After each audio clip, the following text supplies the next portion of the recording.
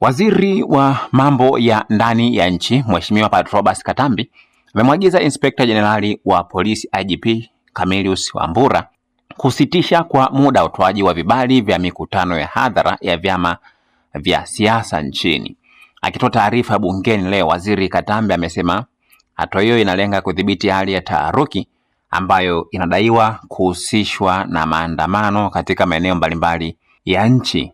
Aidha, amesema jeshi la polisi limeanza pia mchakato wa kuweza kuwahoji watu mbalimbali ambao wanashukiwa kufadhili au kuhusika moja kwa moja na maandalizi ya maandamano, akieleza kuwa hatua hizo zitachukuliwa kwa kuzingatia ushahidi uliopo.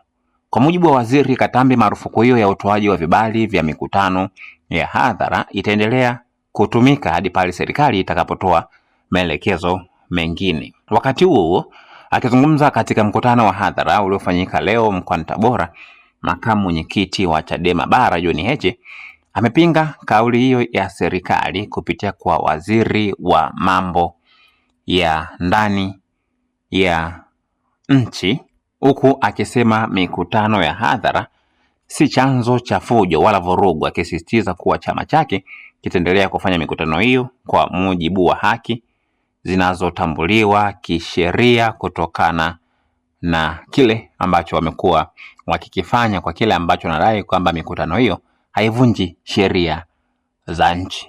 Maoni yako na mtazamo wako ni upi? Usiache kusubscribe channel yetu ya YouTube ambayo inasomeka Dodoma TV kwa taarifa zaidi.